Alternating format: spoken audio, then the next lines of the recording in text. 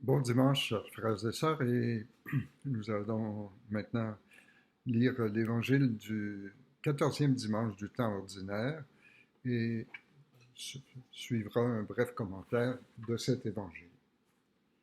L'évangile est tiré de Saint Matthieu au chapitre 11e, les versets 25 à 30.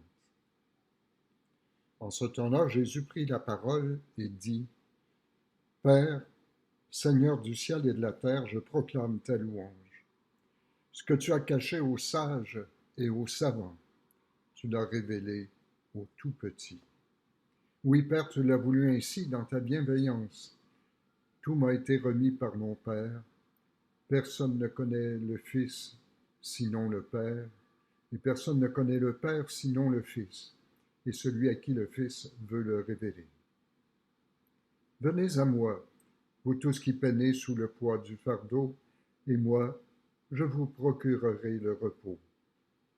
Prenez sur vous mon joug, devenez mes disciples, car je suis doux et humble de cœur, et vous trouverez le repos pour votre âme. Oui, mon joug est facile à porter, et mon fardeau léger. Quand on situe cet évangile dans la vie et le ministère de Jésus, on se rend bien compte que le contexte en est un de tension et même de contestation. Après avoir prêché en Galilée, avoir associé ses disciples à l'annonce de l'Évangile, avoir attiré les foules et aussi fait de nombreux miracles, voilà qu'on commence à mettre en doute l'autorité de Jésus. Et cela, ce sera particulièrement le cas des pharisiens et encore plus particulièrement des scribes et des docteurs de la loi, qui eux sont venus très souvent de Jérusalem, montés en Galilée, et puis qui ont contesté en quelque sorte l'interprétation que Jésus pouvait donner de la loi. Même Jean-Baptiste se demande si Jésus est vraiment le Messie qui doit venir, et à tel point qu'il envoie quelques-uns de ses disciples interroger Jésus en demandant: Es-tu bien celui qui doit venir, ou devons-nous en attendre un autre? Et puis juste avant notre page d'évangile d'aujourd'hui, Jésus s'en prend à quelques villes de Galilée, où il a prêché, où il a fait des miracles, et où il n'a pas réussi à rassembler de disciples. Il s'en prend à Chorazine, à Bethsaïde, qui n'ont pas cru en lui, malgré les nombreux miracles. Il s'en prend même à Capharnaüm, la ville où il a élu domicile au début de sa vie publique, et il est très sévère à l'égard de Capharnaüm. Il porte ce jugement. Au jour du jugement, dit Jésus, le pays de Sodome sera traité moins sévèrement que toi. Alors on voit, c'est dans ce contexte que Jésus prend la parole et il va se prononcer sur deux choses tout à fait importantes pour ce qu'il va nous révéler. D'abord, il va nous révéler la relation très profonde qui l'unit à Dieu, qu'il appelle son Père, en araméen, qui est la langue de Jésus, Abba. En français, on dirait Papa. Et puis, il va aussi, dans un second temps, aborder la question du fardeau ou du joug qui pèse sur les épaules des disciples. Bien sûr, alors qu'il est contesté par les sages et les savants, comprenons bien donc les docteurs de la loi et les scribes, Jésus ne s'enferme pas dans le ressentiment. Et notre évangile d'aujourd'hui commence par cette très belle bénédiction à l'égard de Dieu son Père. Il prie vraiment à partir de ce qu'il vient de vivre dans son ministère. Et même si ça peut sembler un échec à quelques égards, Jésus y voit même l'action de Dieu. Père, Seigneur du ciel et de la terre, je proclame ta louange, ce que tu as caché aux sages et aux savants. Tu l'as révélé aux tout petits. Les tout petits, ce sont ceux et celles qui ont cru à ces paroles. à commencer bien sûr par ses disciples. Ce sont eux, les tout-petits.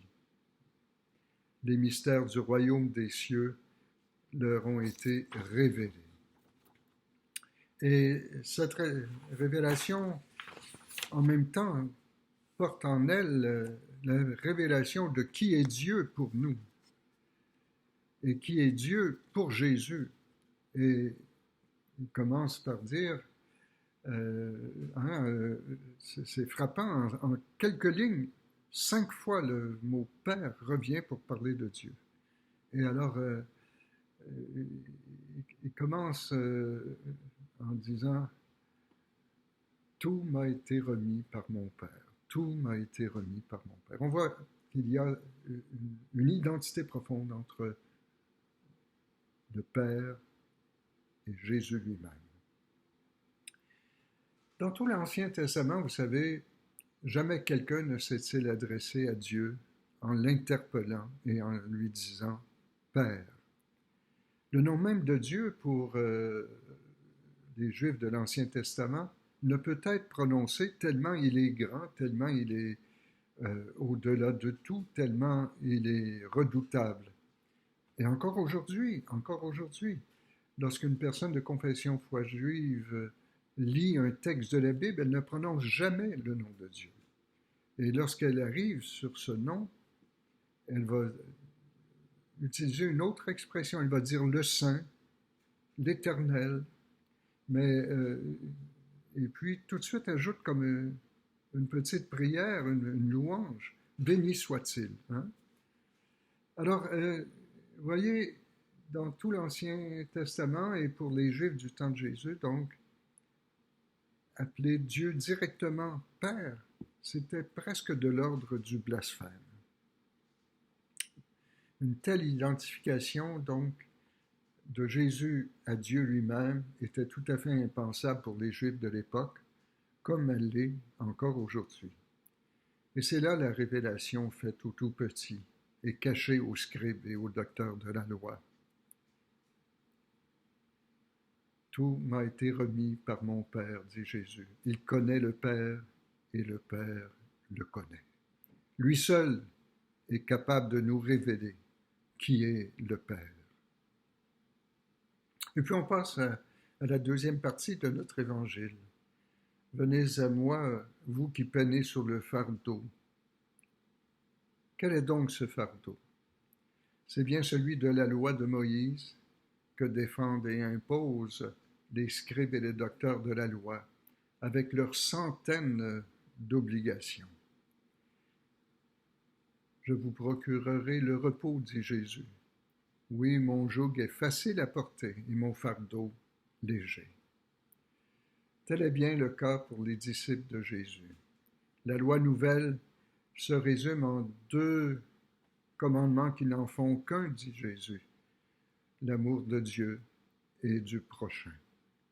Voilà le fardeau léger de la nouvelle alliance. Il n'est pas moins exigeant, mais il nous fait découvrir que le salut est un salut qui nous est donné par grâce, un salut qu'on ne mérite pas par ses propres efforts, mais que le Seigneur nous propose, nous offre en son Fils Jésus. Alors réjouissons-nous en lisant cet évangile. Jésus nous révèle la vraie nature de Dieu qui est pour chacun de nous un papa, un père très aimant. Il nous est proche, nous sommes de sa famille. Réjouissons-nous, car il nous libère d'une religion où on doit son salut à l'observance minutieuse d'une loi, car le salut nous est offert gratuitement, gracieusement, par grâce, dit-on.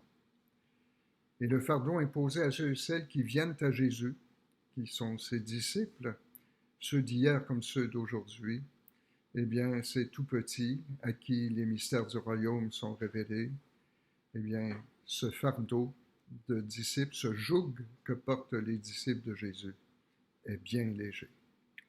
C'est une bonne nouvelle. Voilà la bonne nouvelle de l'Évangile de ce dimanche. Bon dimanche à vous tous, frères et sœurs. Bonne semaine.